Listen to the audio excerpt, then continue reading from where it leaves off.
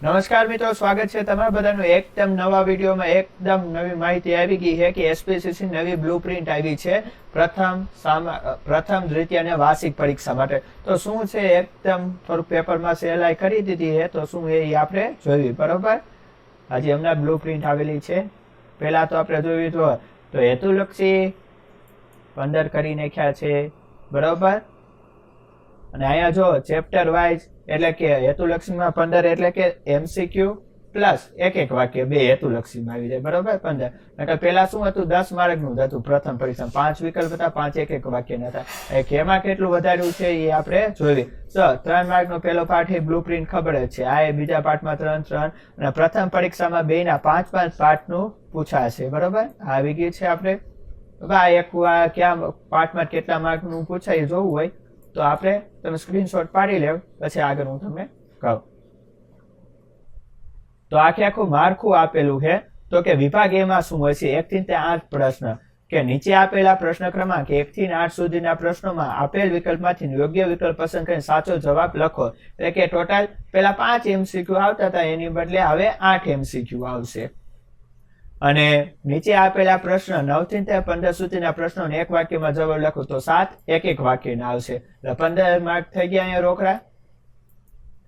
પછી વિભાગ સી કે નીચે આપે પ્રશ્ન ક્રમાંક 16 થી 21 સુધીના પ્રશ્નોમાં કોઈ પણ 4 પ્રશ્નોના જવાબ લખો। જો જનરલ વિકલ્પ આપી દીધા 16 થી 21 માં 2 માર્ક, એમાંથી તમને ઈચ્છા પડે એ 4 પ્રશ્નોના જવાબ લખવાના, બરાબર, એ 8 માર્ક। એટલે એવું નહીં કે આ જ પૂછાશે, તમને એમ થાય કે આને બદલે આ લખવું હોય તો એ પણ લખી શકો। નકર તો ઓલું હતું ને, દાખલા તરીકે 10 અહીંયા કેમ આપ્યું છે કે 16મો પ્રશ્ન છે તો એના અથવામાં 16માનો બીજો એ જ લખવાનો, અને અહીંયા તમને 16 થી 21 સુધીના આપેલા પ્રશ્ન એમાંથી 4 લખવાના થશે।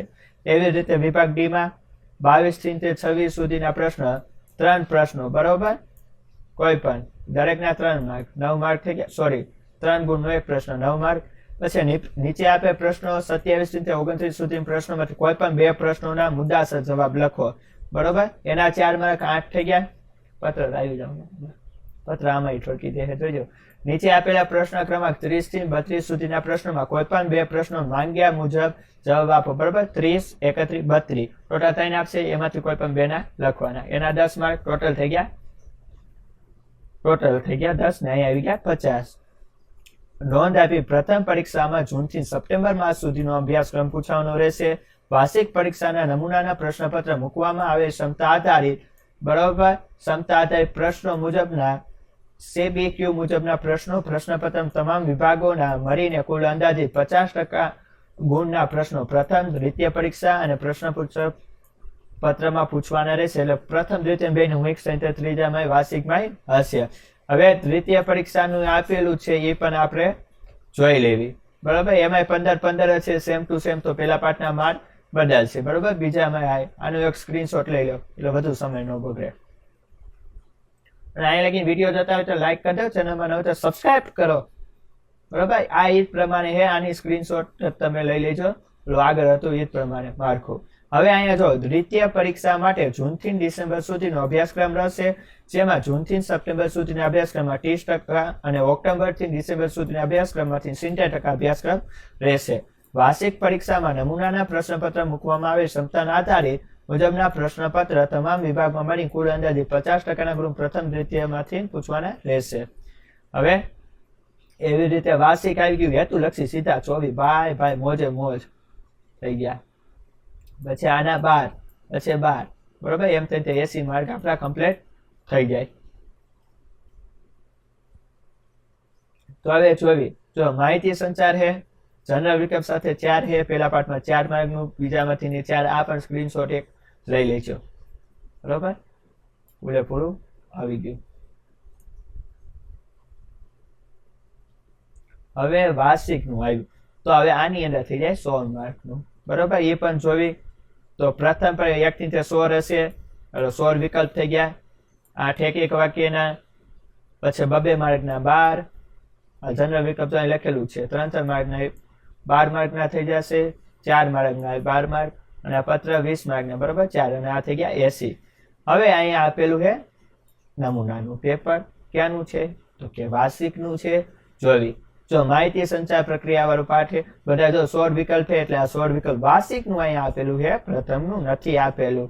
પ્રથમ નું થાય જો આ કેવા પ્રકારનું માહિતી સંચાર છે, કેમ, બરાબર, આવું ક્યાંય બુકમાં નહીં હોય, જોયું પી બરાબર આમ કરીને આમ ના પાડી હોય, બરાબર, આવું નહીં હોય. અને આવું હશે ફોર્મ એઆઈ એન્જિનિયરિંગ લિમિટેડ કેવા પ્રકારની કંપની છે, તો અમુક પ્રશ્ન એમને મેં એડ કરવામાં આવ્યા છે. જો અહીં ગુજરાતના વેપારી પંજાબમાં વેપારી સાથે ઘઉં ખરીદવા માટે પૂછપરછ કરતો પત્ર લખ્યો. પંજાબના વેપારીએ જવાબ આપતો પત્ર લખ્યો, પણ તેમાં નાણાં કેટલા સમયમાં ચૂકવવા એનો ઉલ્લેખ કરેલો નથી. એક વિદ્યાર્થી તરીકે પંજાબના વેપારીને શું સૂચન કરશો? તો તમે શું સૂચન કરો કે અહીંયા રહ્યું મારે માલ સામાન રહ્યો, તમે 10 દિવસની અંદર ચૂકવી દેજો, એવું લાગે તો શાખ ઉપર પણ ચૂકવજો, એવી રીતે તમે જણાવો તો તમે જણાવી શકો, બરાબર. એમાં તમારું સૂચન છે, તમારા મનમાં શું હોય એવું ફરજિયાત નથી, ક્યાંય બુકમાં યા નહીં આપ્યું, થોડુંક આનો ઉપયોગ કરીને જવાબ આપવાનો છે, એ તમારા બધામાં ભરપૂર છે, બરાબર. કંપનીનું નામ નરેન્દ્ર મોદી ટેક્સટાઇલ લિમિટેડ રાખી શકાય કે નહીં, કેમ, કઈ કલમ લાગુ પડે એ વિગતે. હવે તમને ખબર છે કે આપણે ત્રીજો પાઠ કંપની સ્થાપના વિધિ, એની અંદર લખેલું હતું કે કોઈ પણ કંપનીનું નામ કોઈ પણ વ્યક્તિ કે પેઢીના નામ ઉપર કે કોઈ એવા વ્યક્તિ નામ ઉપર ન લખે. દાખલા તરીકે આપણે વાત કરી કે મહાત્મા ગાંધી વિશે એ કોઈ કંપનીના સુપરસ્ટાર કે કોઈ એવા વ્યક્તિના ઉપર નામ તમે ન લખી શકો, જે હયાત હોય કે મોટું તે બધું. હવે ઓર્ડર રદ કરવાના કોઈ પણ 3 કારણો જણાવો વગેરે વગેરે. તો આ વાર્ષિક નું આપેલું છે આવી રીતે. હવે આ તમને હું થોડુંક સીધું કરી દઉં. જો અહીંયા આપેલું છે, જો હવે CBQ એટલે કે કોમ્પિટિશન બેઝ ક્વેશ્ચન, ક્ષમતા આધારિત પ્રશ્ન, વિચારવાની કેટલી તર્કશીલતા છે તેની આધારે, બરાબર. જો એક મિત્ર પોતાની નવી કયા પ્રકારનો પત્ર છે, તો કે જીવન કૌશલ્ય કારકિર્દી પ્રશ્નની ટૂંકમાં વિગતો આપેલી છે ને અહીંયા આપેલી છે. પત્ર વ્યવહારના પ્રકાર જો 11.2. જો પ્રશ્ન ક્રમ બીજો, અહીંથી આપણે આમ જોઈએ પ્રશ્ન બીજો.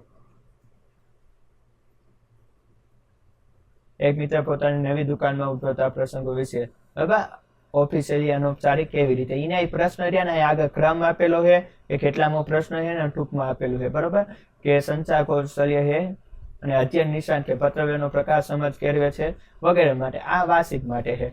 તો મિત્રો વિડીયો પસંદ આવે તો લાઈક કરો, ચેનલમાં ન હોય તો સબસ્ક્રાઇબ કરી દો, કોની રાહ જુઓ છો. અહીંયા પહેલા અપડેટ આવશે બધા કરતા, SPCC નું તમતા ગામની પહેલા આવી જાય છે અહીંયા, બરાબર. અને મિત્રો નવા હોય તો ચેનલને સબસ્ક્રાઇબ કરો, બરાબર. કાંઈ પણ પ્રશ્ન હોય તો કોમેન્ટ કરો સરદાર, બરાબર. એક નમૂનાનું પેપર પણ આના પછી ટૂંક સમયમાં હું અહીંયા મૂકીશ, જેથી કરીને પ્રેક્ટિસ કરવામાં તમારે હેલું રહે, બરાબર, પ્રથમ પરીક્ષાનું. તો મિત્રો વિડીયો પસંદ આવે તો લાઈક કરો, ચેનલમાં નવો સબસ્ક્રાઇબ કરો. ફરી મળશું નવો વિડીયો, ત્યાં સુધી મને આપો રજા.